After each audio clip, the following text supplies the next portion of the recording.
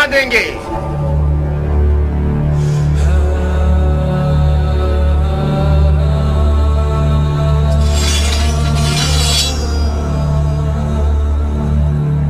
لا حول ولا قوة الا بالله۔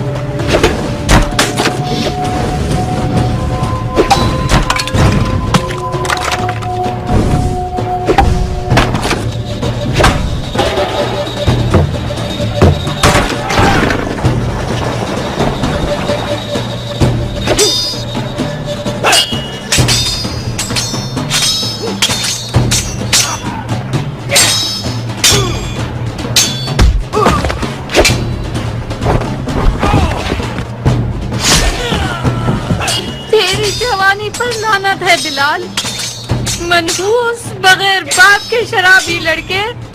یہ ایک ہاشمی ہے بن قریش، عرب کے شیروں کے قبیلے سے ہے، علی و حمزہ کے خاندان سے ہے۔ جب تک اس کے ہاتھ میں تلوار ہے بہت مشکل ہے اس پر قابو پا سکے۔ میں مسلم کو مارنا نہیں چاہتا ابن اشش، اسے امان دے دو، شاید کہ اپنے آپ کو ہمارے حوالے کر دو۔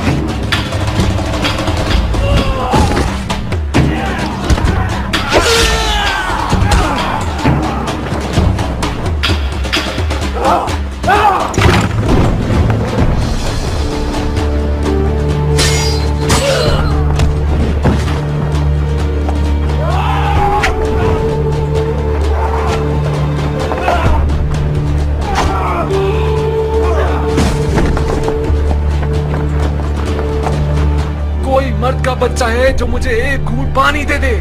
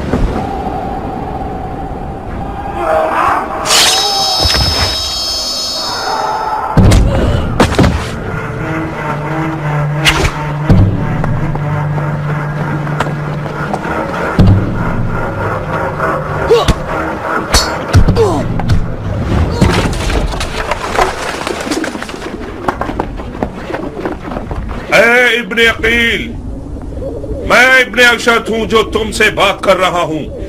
اگر مزید لڑتے رہو گے اور ہمارے آدمیوں کو قتل کرتے رہو گے تو امیر خون کے قصاص کے طور پر تمہیں بھی قتل کر دے گا۔ اپنے آپ کو ہمارے حوالے کر دو، میں اپنی عزت کی زبان دیتا ہوں کہ تمہارے لیے امان نامہ لے لوں گا۔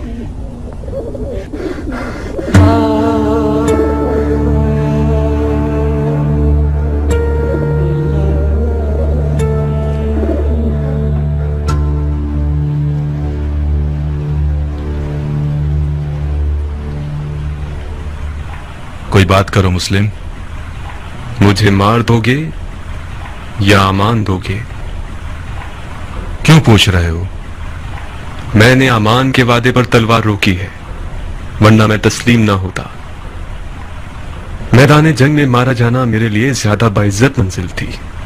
ہاشمیوں کے سر اٹھانے سے خدا کی امان، اسیری کی حالت میں بھی رجس خوانی کرتے ہیں۔ یہ لوگ التماس کے لفظ کو تو پہچانتے ہی نہیں۔ ہم صرف خدا کی بارگاہ میں التماس کرتے ہیں۔ تو پھر خدا سے التماس کرو، شاید وہ تمہاری دعا سن لے اور مجھے تمہارے قتل سے روک دے۔ خدا سے طلب مغفرت کرتا ہوں۔ میں نے کہا تھا نا، ہاشمیوں کا غرور انہیں خدا کے آگے بھی التماس کرنے نہیں دیتا۔ تمہیں قتل کر دوں گا مسلم۔ میں جانتا ہوں کہ تم اتنے سخی نہیں ہو کہ اپنے دشمن کو بخش دو۔ میں اپنے کسی ایسے جاننے والے کو وصیت کرنا چاہتا ہوں جو اس وقت یہاں موجود ہو۔ بسم اللہ۔ اے ابن سعد، میرے اور تمہارے بیچ رشتہ داری ہے۔ میں تمہارے ذریعے ایک وصیت کرنا چاہتا ہوں، ایک راز کی طرح۔ میں کوئی اچھا رازدار نہیں ہوں، مجھے معاف کر دو۔ اے پسر سعد، مذائقہ مت کرو، یہ بات مردانگی کے خلاف ہے۔ تمہارا عزیز موت کے دہانے پر کھڑا ہے، اس کی وصیت تو سن لو۔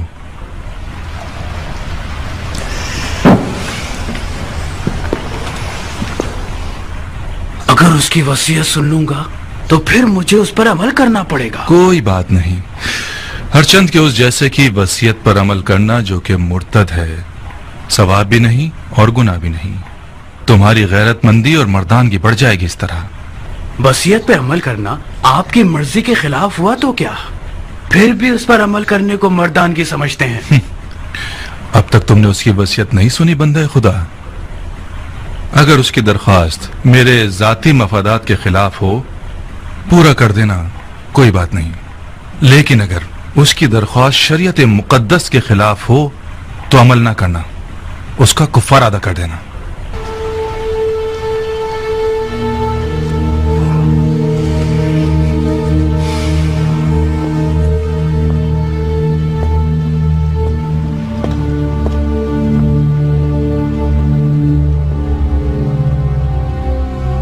وصیت سناؤ مسلم۔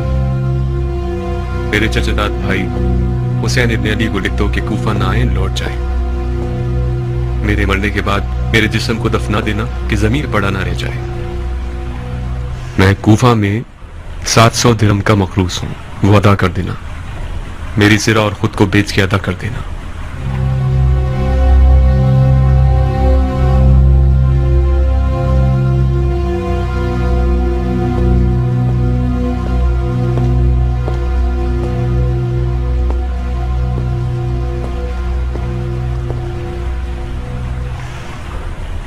جانتے ہو وہ مجھ سے کیا چاہتا ہے؟ وہ تمہیں امانتدار جانتا ہے عمر۔ رازدار رہو، امانتدار کبھی خیانت نہیں کرتا۔ ہر چند کے بعض اوقات خیانتکار شخص کو امین بنا دیا جاتا ہے۔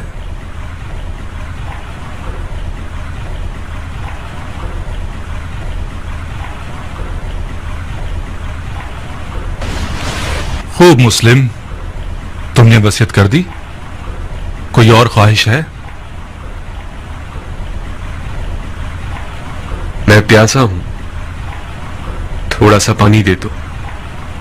بن حریث، اسے پانی دے دو، مگر اس پیالے میں جس میں حرام گوشت جانوروں کو پانی دیتے ہو۔ وہ مرتد ہو گیا ہے اور جس چیز کو منہ لگائے گا وہ شرعاً نجس ہو جائے گی۔ جی امیر۔ مرتد تو تم ہو کہ بغیر قصاص اس بندہ خدا کو قتل کرتے ہو کہ جس کا قتل کرنا حرام ہے۔ جو شخص صرف اپنے غصے اور سوء ظن کی بنا پر لوگوں کا قتل عام کرتا ہے وہ مرتد کہلانے کا زیادہ حقدار ہے۔ تم جیسے شخص کی سانس اور پسینہ نجس ہے جس نے اپنے دل کو ابلیس کا گھر بنا لیا ہے۔ ابلیس تو تم ہو کہ نفس کی خواہش کی بنا پر خلیفہ مسلمین پر خروج کرتے ہو اور ولی المسلمین پر تلوار اٹھاتے ہو اور مسلمانوں کے درمیان تفرقہ پیدا کرتے ہو۔ تمہارا مرتد ہونا بالکل مسلم ہے۔ میں تمہیں خدا کی رضا کے لیے قتل کروں گا، نہ کہ غصے اور سوء ظن کی وجہ سے۔ خدا کی قسم تم جھوٹ کی جڑ ہو۔ اگر اس گروہ کے پاس رائی کے دانے کے برابر بھی خوف خدا ہوتا